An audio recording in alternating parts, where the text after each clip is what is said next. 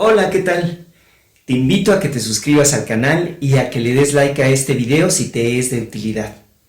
De esta manera me ayudas a seguir creando mayor contenido que te pueda ayudar y apoyar en tus actividades. Muchas gracias de nuevo por tu suscripción y por tu like. ¡Hasta pronto!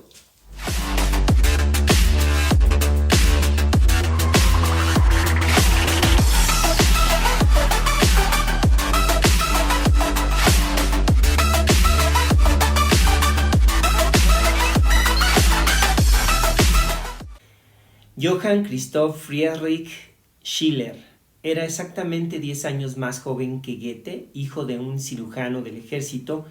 Fue enviado a recibir una educación en una academia militar en la importante ciudad de Stuttgart, la capital de otro pequeño principado, gobernado por Karl Eugen, duque de Württemberg. Este duque, cuyo rostro muestra un semblante regordete, amargo y falto de imaginación, parecía un poco déspota y un tipo de duque muy diferente del maestro de Goethe. Schiller, aunque destinado al principio a ir a la iglesia y luego a ser médico, pronto demostró que solo le interesaba la literatura y, como muchos otros jóvenes antes y después, fue el drama lo que primero lo atrajo. Después de algunos experimentos con temas bíblicos, encontró un cuento en una revista que llamó su atención. Se puso manos a la obra para convertirlo en una obra de teatro.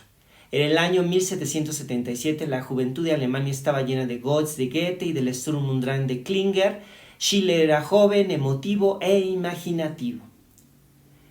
Schiller tardó 4 años en escribir, ya que era estudiante en la Academia Militar y como sus profesores despreciaban la literatura, el hospital era el único lugar donde podía encontrar la tranquilidad necesaria.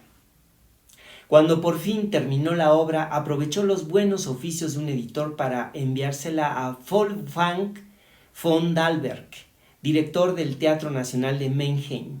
Finalmente se estrenó el 13 de enero de 1782 con el gran August Finnland en el papel principal de Karl Moor. La obra fue recibida con los gritos y gemidos histéricos que hoy están reservados para los cantantes pop de tierna edad. Tal fue la impresión que causó la actuación que a muchas personas les pareció creer en la posibilidad de un cielo nuevo y una tierra nueva. El duque no aprobó la notoriedad alcanzada por uno de sus alumnos y ordenó a Schiller que le sometiera a censura cualquier otro esfuerzo literario. Schiller se rebeló. Cuando revivieron la obra, se escapó de la academia por la noche y fue a Mannheim, en el vecino estado de Palatinado, para verla representada. A su regreso fue combinado en el cuartel. Eso fue demasiado, se escapó de la academia y volvió a Mannheim en busca de trabajo en el teatro. Dalberg no lo aceptó de inmediato y pasó 1 año antes de que consiguiera el puesto que codiciaba. Luego se produjo su segunda obra, Fiesco, pero fue un fracaso. Unos meses más tarde, su tercero, Intriga y Amor, fue bastante mejor, pero nunca llegó a aceptar la dirección del teatro de Mannheim y 1 año después volvió a buscar alojamiento entre sus amigos.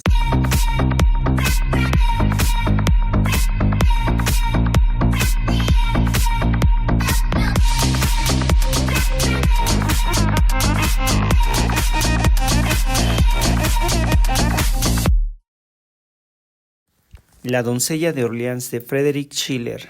Personajes: Carlos VII, rey de Francia; la reina Isabel, su madre; Inés Sorel, su manceba; Felipe el Bueno, duque de Borgoña; el conde Dunois, bastardo de Orleans; la Gire du Châtel, oficiales del rey; el arzobispo de Reims; Chatillon, caballero Borgoñ; Ruhl, caballero lorenés; Talbot, general de los ingleses; Lionel Falstop, Montgomery, jefes ingleses; consejeros de la ciudad de Orleans; un heraldo del campamento inglés; Tibaldo de Arco, rico agricultor; Margarita, Luisa y Juana, sus hijas; Esteban, Claudio, María, Raimundo, sus novios; Bertrán, aldeano; el espectro del caballero negro; un carbonero y su mujer;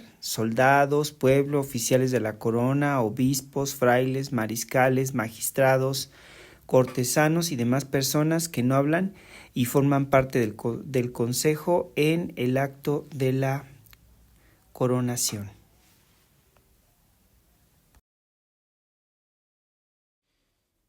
Anécdota de la doncella de Orleans de Friedrich Schiller. Tibaldo de Arco reparte sus riquezas entre sus hijas y sus novios, Margarita y Esteban, Luisa y Claudio, Juana y Raimundo, y hace los preparativos para las bodas. Sin embargo, Juana no quiere casarse, aunque Raimundo la ha cortejado desde hace 3 años. Tibaldo cuenta que la ha visto acercarse al árbol drúico, y también que se aparta de la gente y dibuja extraños símbolos. También que la ha soñado coronada en un trono y todos se hincan ante ella, y que cerca del árbol drúico aparece un espíritu de una mujer volando por los aires. Tibaldo cree que son malos presagios, aunque Raimundo lo calma enumerando todas las virtudes de Juana y su humildad y su deseo de servicio a los demás. En ese momento llega Beltrán, un aldeano con un yelmo en la mano. Tibaldo le pregunta qué hace con ese artefacto que incita a la guerra. Beltrán cuenta que una gitana en Bacolod se lo ofrecía vehementemente por todo el mercado. Trataba de vendérselo barato, aunque Beltrán no se decidía. De repente, una multitud entró al mercado y la gitana desapareció entre ellos. Juana, que no perdía atención en el relato, le arrebata el yelmo y dice que le pertenece. Tibaldo se sorprende de la osadía de Juana.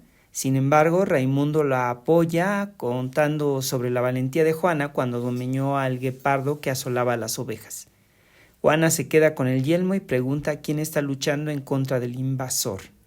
Beltrán les informa que Baudricourt ha reunido unos pocos combatientes para apoyar al rey en contra de Borgoñón. Juana se despide de los campos que la vieron nacer y a los que cuidó con tanta paciencia, y de repente la posee un frenesí determinando que es elegida por Dios y que tendrá que mantenerse alejada del amor humano para revestirse de hierro y luchar por el rey. Dunois está a punto de abandonar al rey, porque éste no hace más que despilfarrar los recursos y se entretiene en cosas banales, y no presta atención a la defensa del reino. Duchatel informa al rey que su tesoro está exhausto y que no hay más, que está teniendo problemas hasta para satisfacer las necesidades del propio rey. El rey le dice que pida prestado y que empeñe sus derechos de soberano, a lo que contesta Duchatel que sus derechos y rentas ya están empeñados por 3 años. Llegan los consejeros de Orleans a pedir ayuda, pues la ciudad se rendirá en 12 días si no recibe ese auxilio. Los soldados desfallecen de hambre y los escoceses se van a insurreccionar si no reciben sus atrasos. El rey busca en Duchatel la solución, pero este se encoge de hombros. Inés Sorel llega en ese instante con un cofre con joyas y oro que da a Duchatel para que solvente las necesidades de los soldados, y le sugiere al rey que ambos se armen para levantar el ánimo de los soldados. Entonces Carlos recuerda que una monja de Extática de Clermont le predijo que una mujer le daría la victoria, y en ese momento Carlos piensa que es Inés. Llega La Hire, oficial del rey enviado a solicitar un duelo con el primo de Carlos, Felipe el Bueno, duque de Borgoña. Sin embargo, este desdeña la proposición, pues dice que el reino ya es suyo. Así que no habría por qué hacerlo, aunque pide que le entreguen a Duchatel para vengarse de la muerte de su padre. También La Hire narra cómo el rey Enrique Lancaster de Inglaterra es sentado en el trono de Francia, en París, por la misma reina Isabel, después de que éste tropieza en las escaleras, que todos ven como un mal augurio, aunque todos los franceses ven como una afrenta que su misma reina traicione a Francia. De cualquier manera, Felipe el Bueno, duque de Borgoña, se hinca ante él, al igual que todos los parisienses. Carlos está desesperado y le dice a los consejeros que rindan la ciudad de Orleans a Felipe, para contrarrestar la tragedia que podría suscitarse si no lo hacen. Dunois le reprocha su cobardía y se dirige a Orleans a pelear por el reino, pero Inés lo detiene y trata de que hagan las paces con Carlos y de que éste vaya a la lucha en lugar de hacer los preparativos para huir. Llega el arzobispo de Reims con Raúl, un caballero lorenés, junto con Dunois de vuelta a anunciar que una doncella se unió a las fuerzas de Baudricourt y que hizo huir al enemigo. También anuncian su llegada para ver a Carlos, quien la pone a prueba poniendo a Dunois en el trono. Sin embargo, Juana reconoce al verdadero rey y le dice las plegarias que lanzó al cielo algunos días antes. Las revelaciones de Juana quitan toda duda de que es una enviada del cielo para luchar por el reinado de Carlos. En ese momento llega un heraldo de los ingleses, quien propone la rendición de Orleans. Sin embargo, Juana le revela que el conde Salisbury ha muerto. El heraldo queda desconcertado y Juana lo envía de regreso con el mensaje de que desistan de atacar o serán vencidos por la doncella de Orleans, que estará lista para la batalla en ese momento. Talbot y Lionel, los jefes ingleses, le echan la culpa de su derrota a Felipe, aludiendo a que su ejército fue el primero en desertar de la lucha. Incluso él mismo gritaba espantado por la doncella de Orleans. Felipe se siente indignado y pretende abandonarlos, mientras aparece la reina Isabel y los reconcilia, para después ser ella el blanco de los ataques.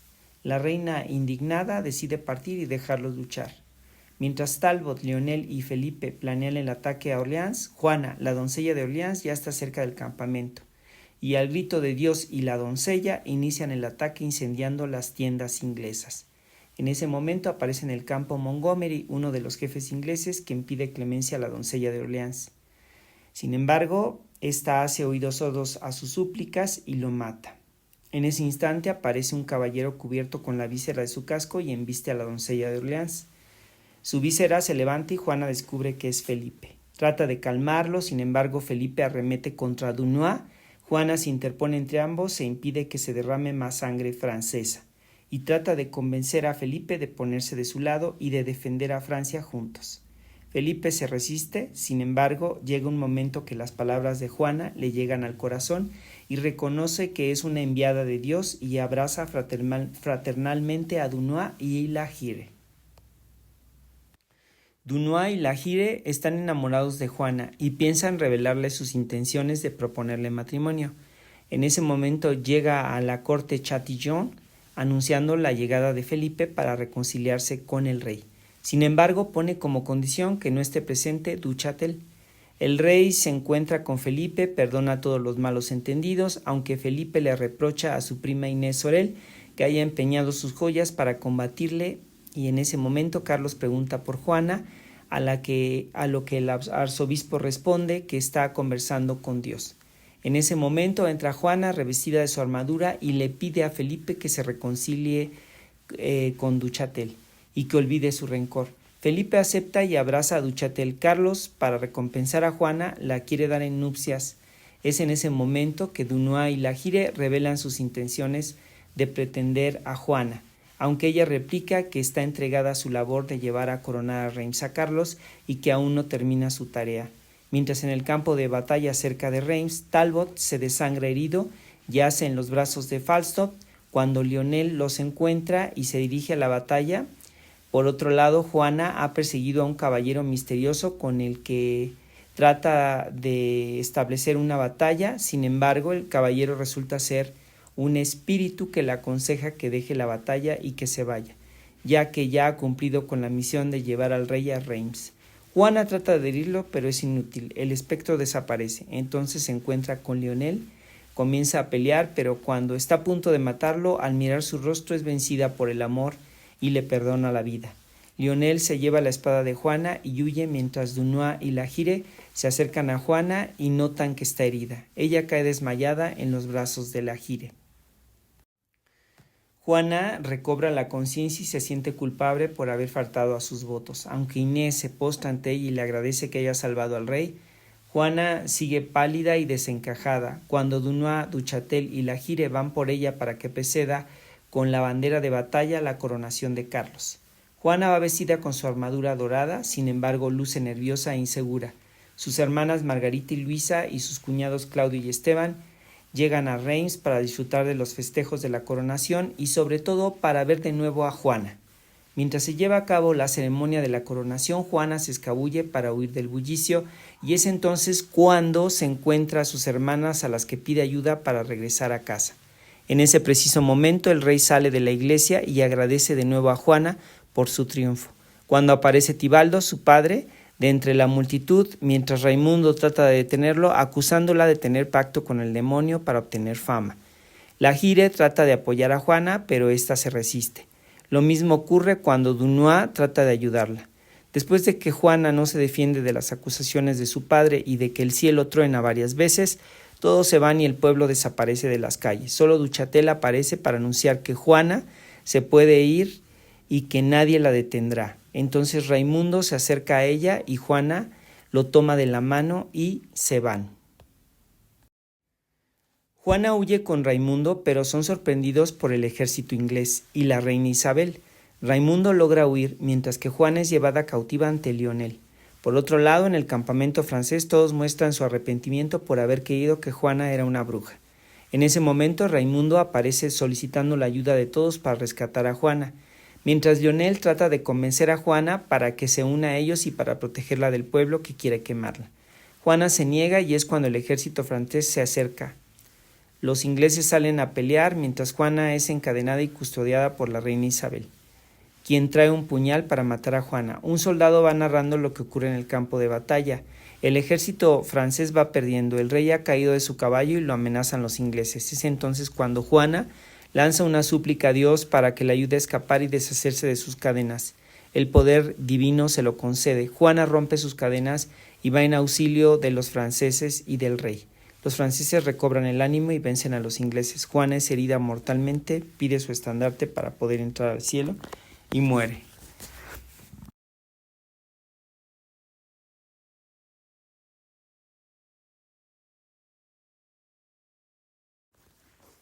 Elementos de análisis del texto dramático. Género, melodrama. Trayectoria del personaje. Personajes que representan dos valores o dos ideas distintas. Hay una contraposición de valores o ideas y uno de ellos prevalece sobre el otro al final de la obra. El tono es patético, exageración de las emociones. El efecto en el público es ejercicio de sentimientos. El material es posible, que es cuando la situación solo puede pasar una vez. El tipo de obra es no realista.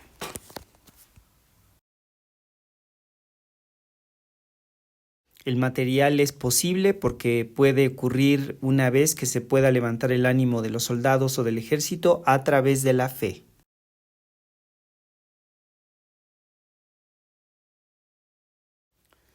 Es una obra no realista porque la fe y los poderes sobrenaturales no tienen una explicación científica.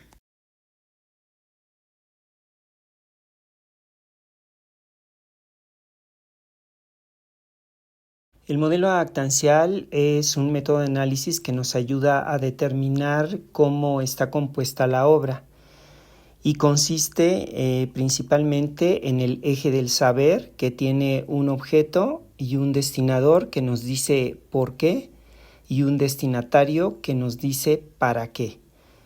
Después tenemos al héroe o personaje principal que desea el objeto y entonces tenemos en esta parte el eje del deseo. Después tenemos a un ayudante que auxilia al héroe para obtener su objeto y tenemos a un oponente que trata de interferir para que el héroe no obtenga su objeto deseado. A esto se le llama el eje del poder. Entonces lo podríamos leer de la siguiente manera. ¿Qué es lo que quiere el héroe, que sería el objeto? ¿Por qué? ¿Para qué? ¿Quién lo ayuda y quién se le opone? Y entonces de esa manera tenemos un análisis que nos clarifica cómo se va a desarrollar la acción dentro de la obra. El modelo actancial en la doncella de Orleans consiste en Juana de Arco, doncella de Orleans. ¿Qué es lo que desea? Desea salvar a Francia de la invasión inglesa y mantener al rey Carlos en el trono, porque Dios la designó como la fuerza de la fe para ayudar al rey, para que la fe del pueblo se mantenga firme en la lucha. La ayudan toda la corte y Carlos, y se le oponen, de hecho, algunos de los jefes ingleses.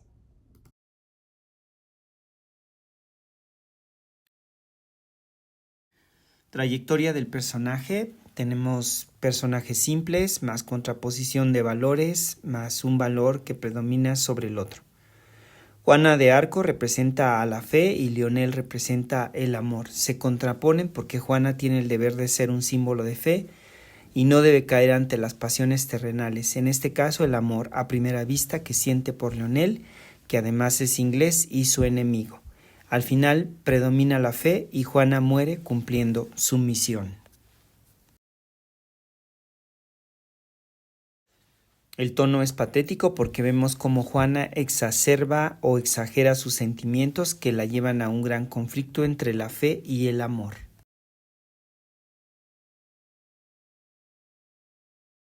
El efecto en el público es un ejercicio de sentimientos porque el público se emociona por el dilema de Juana de Arco.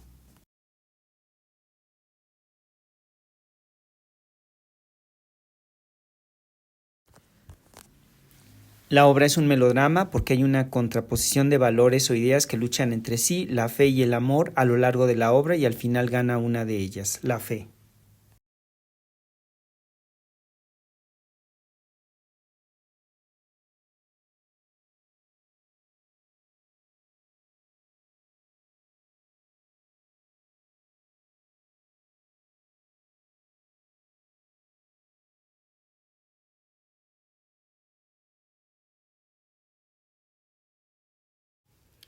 Características románticas en la obra. Los sentimientos predominan sobre la razón. Hay reminiscencias a Oriente, a lo exótico, a lo medieval, a lo mágico. Hay un nacionalismo exacerbado. Los personajes se sacrifican por un ideal. Los personajes son héroes o heroínas. Mantienen de principio a fin su comportamiento y tienen una trayectoria o un ideal. Hay una contraposición de ideas o valores que culmina con el predominio de una de ellas.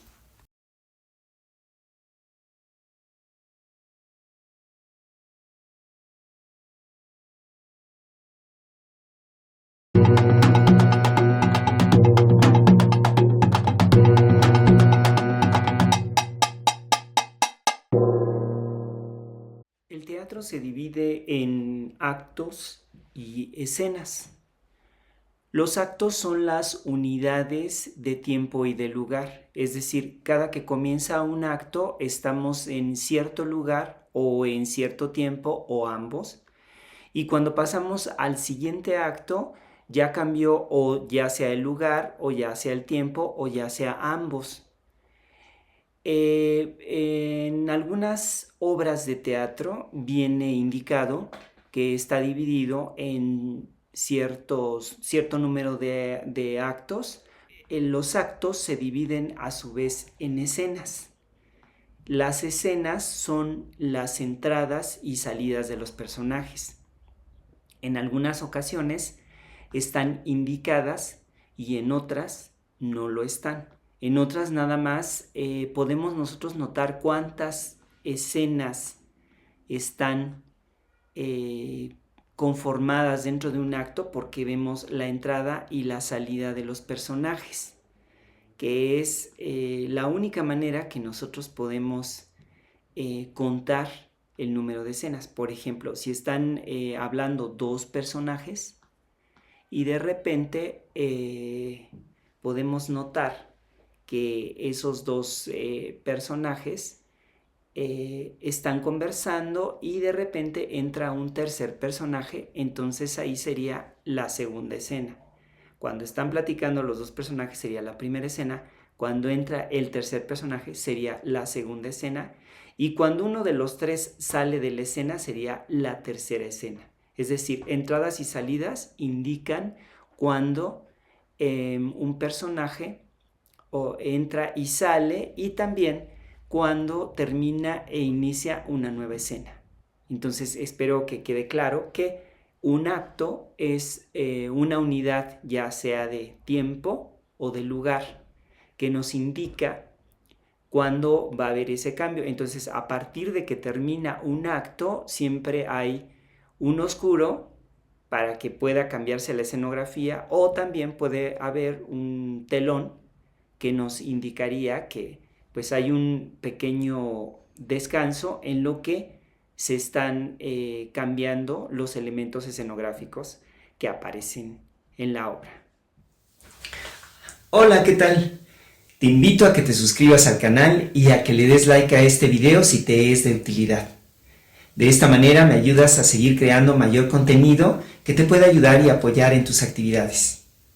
Muchas gracias de nuevo por tu suscripción y por tu like. ¡Hasta pronto!